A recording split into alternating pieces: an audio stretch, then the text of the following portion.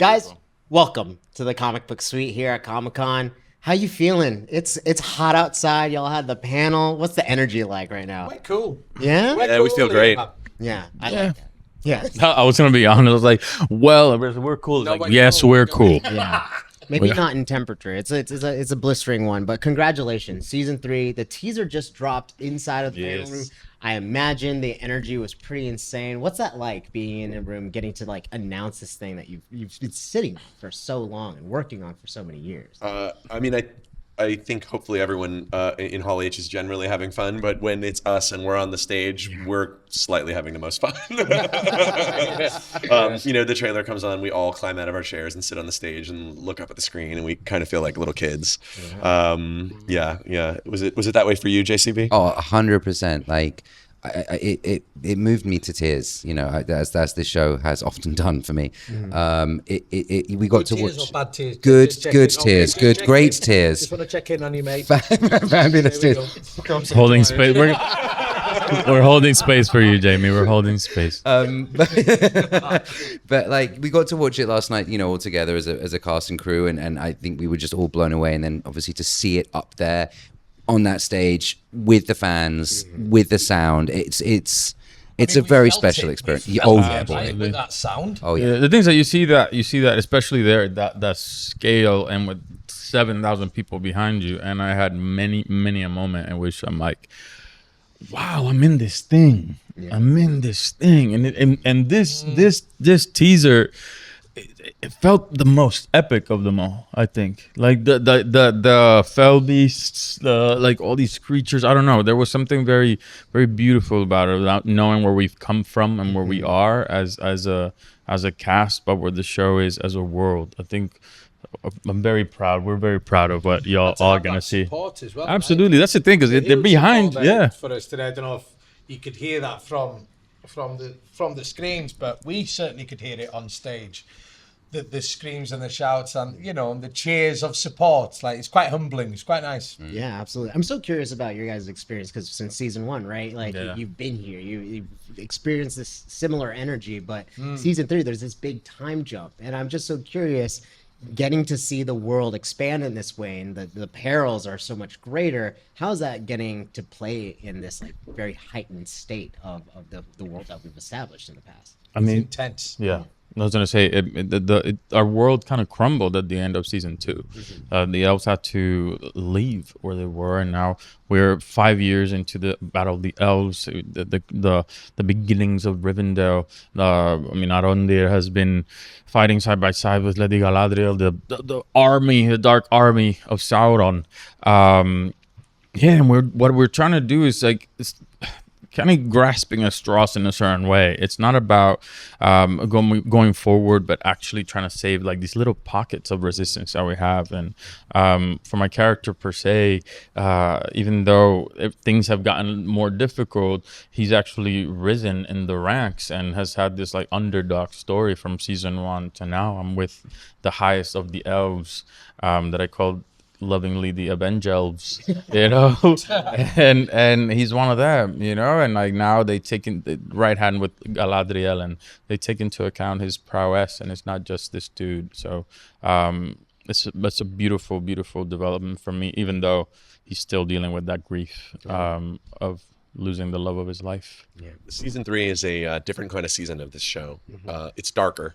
Middle Earth is on the brink. It's a world at war. Sauron is now the Dark Lord. We call it, Full Metal Sauron. He's not pretending to be anything he's not anymore. He's kind of come into his own, and he's dangerous. No one is safe. The first 2 seasons of this show, the storytelling was all about lighting fuses, and this season those bombs are going off. But there's other things this season that we're really excited to share with people. We have new members of our Rings of Power family, both on screen and off, and it's there's also a complex love story this season. Galadriel thought Celeborn was lost, and through an unexpected series of circumstances that you'll have to watch to discover, he pops up, and it's given us the chance to work with this amazing artist. How has it been for you, Jamie? It's been amazing. It's been terrifying. I can't lie. Like there's you're joining a project that has been established, a universe that so many people love. Stepping into that out before you even sort of step into it, you build up so much in your mind, and you're like, oh my gosh, like this is crazy. Like, okay, like there's a lot of responsibility here, but moving into it and getting to meet everyone and getting to work on the show, I was just welcomed with such love and warmth and open arms and open hearts, and that's all you can really ask for. And I've been a fan of the show for a really long time, since season 1.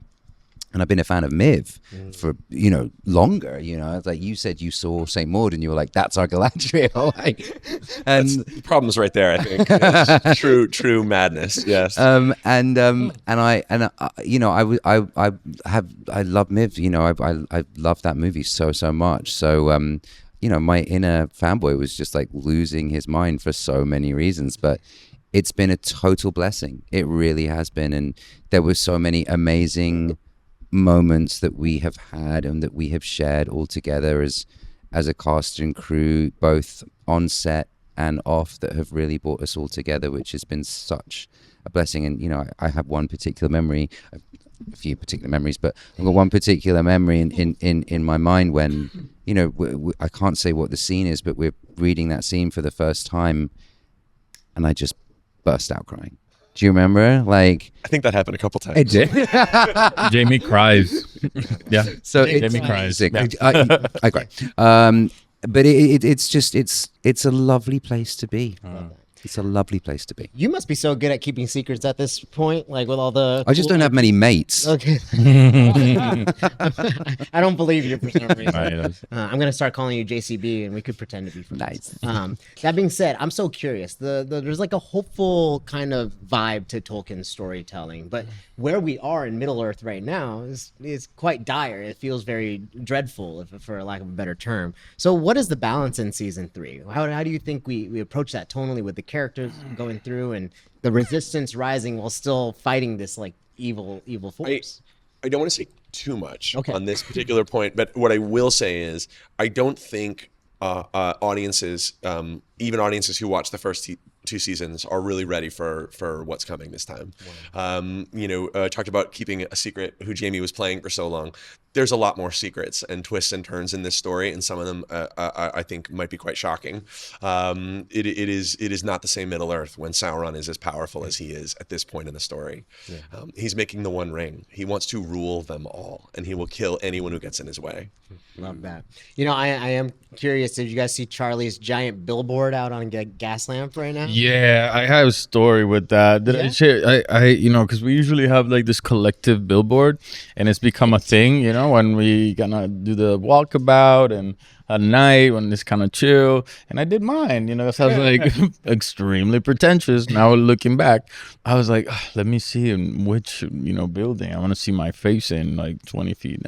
I'm walking, and the sun is like, okay, it's just this dude. That fuels your character, though. I was like, show. all right. No, it was a little embarrassing for myself because I have my phone like getting ready to be like, yeah. If it makes you feel any better, I've never been on a billboard. So. There you go. But it's amazing. I think it really ties in. It makes all the sense, really, when you see it. It ties into the vibe of this season. It has to be him. It has to be that color. It has to be mysterious because it's so explosive. It's so special, and it's much darker. It's darker. Nobody's safe. When you're talking about hope, hope is the least of people's concern. It's survival. It is absolute survival, and I think the team has done a great job. And again, we don't get tired of seeing that pretty pretty Charlie Vickers face. It's like, he's the bad guy? Does he have to be? Look at that cutie. Look at that cutie. You know, he was just talking when he was in the room about modulating Simon Pegg's voice for the Balrog on set itself, and you know, this from season 1, everyone talked about, oh, the budget on this show is so huge, but you're now at season 3, and I imagine for you guys as performers, there's a lot more to play with on set and to feel the production design. So, what were some of those advancements that like brought you further into Durin or your character? Yeah, can I throw this to you? You know, we build everything on this show. You know, we're using every single technique, and a lot of them are old school and like even feel older now than they felt when we started. You know, we're building sets. When we create creatures, there's something on set for every actor to engage with. I mean, you know, Durin is the king of Khazad-dûm at the beginning of season 3, and Khazad-dûm fills our largest soundstage. It is a physical set. You walk into it. Don't you? Yeah, I mean, yeah. I was like, yeah, we're throwing it to you. Yeah. Thanks for answering. Yeah, no. Yeah, I mean, it's all there. What's also nice is that we've changed studios thrice now, right? So we were in New Zealand, then we were at Bray, and now we're somewhere else. And it's a different studio, but actually, when you step onto set, it's like home. Yeah. And you know, my home is my home there, and that's quite comforting actually, and it is. I mean, I'm repeating myself here, but it's incredible. Yeah. The props and the costume and the set is just incredible. My throne in particular is quite cool this season as well. It's pretty, to sit on the throne, and I really enjoyed it. Yeah. And I wanted to get in that it's also for me as a elf and an elf lover before being in the show. Yeah. We're gonna see the early stages in the creation of Rivendell. You know, so it was so special. That set was so special, and I think the fans are gonna love it as well. It was magical, and the builds were incredible. This show does, and the team. And one of our fearless leaders as well does a great job at giving us every tool that we have to be in this world. I love it. And we take it in every day because it feels like it could be one of those jobs where I don't know, with the technology, like these builds don't happen that much. So it's extremely special to have that. It's nice that this fantasy world is so built out in reality to you, so you can feel like lived in human people, even though you're not. We're always trying to ground it in a reality. Yeah. We want to sweep you away to a place that feels actually real and tangible. I mean, you know, Ismail brought up Rivendell. Rivendell filled another gigantic stage with a forest, an actual forest that we built, and you know, houses and horses, homes and horses, and actually there's so much greenery there that's real greenery that's actually sourced and planted that then it became an ecosystem with mist. And like you step in there and it's like balmy and swampy, and actually plants and weeds started growing on the set. It wasn't pretend real, it was actually real. And then the fact that you're doing something magic there and we're playing pretend and they have pointed ears, you know, I think we all have to pinch ourselves every now and then. We go to work every day and we're in Middle Earth. We're not pretending to be in Middle Earth, we're really there. It was a real Balrog as well. Yeah. Simon was in His name was Simon. No, real Balrog. Oh, you found one. Real Balrog. They're hard to find. Yeah, They really are, but we found one. I'm so happy for you guys. That's Thank great. you, appreciate it. He's here, by the way. He's backstage. Oh my gosh, can he come in next, or do we not have enough space he's on not the here. couch? He's not or- real. Okay, great. I do want to ask you, Patrick. Five season plan. We still on that road, or are we seeing even further, or a shortened kind of path here? We're going all the way. There's a lot of story to tell here. We feel, the people who make this show, these folks included, we feel like the show has hit its stride, and we march on. I love that. Last question for you guys. If you were on the Comic-Con floor and you had to wear a disguise so you can actually like enjoy yourself, go purchase some stuff, see the retailers, what costume are you covering yourself in? I'd like to say I look good in a Spider-Man outfit, but I don't think I will. Everybody's laughing. Why are they laughing? Because you seem like unconfident. I think you're gonna look great. You're gonna look I amazing, look good sweetie. in a Spider-Man outfit. You're Absolutely. gonna look There's a whole amazing. Spider-Verse. You could choose. You could wear a leather jacket if you want. Yeah, but We want the spandex, but whatever you're most You know what comfortable I with. mean? I can, yeah. I would dress up as Rick Sanchez from Rick and Morty. Love that. Yeah. Oh my God, Morty. You know. I like that. Jamie, have you done this before? I don't know if you've ever walked the floor in a disguise or. Yes, You have. but not something I'm going to tell you about. Of course not. If I were to do it here, though, we got asked this question yesterday, and I said Carrie. It would be Carrie, just like covered in blood. It would be so sick. Mike Flanagan is somewhere around here this weekend, so It's very exciting. maybe get that cosplay ready for the next couple days. Oh, completely unrelated. Johnny Depp was Ebenezer Scrooge. Did you cross paths at all? We saw, yeah. Yeah, amazing. I love that movie. Sorry, I had to put it out there. Guys, thank you so much for coming. Thank you for having us. Sweet Yeah. Comic-Con. We're happy to have you every year, so thank you so much. Yeah. Appreciate you. Thank you.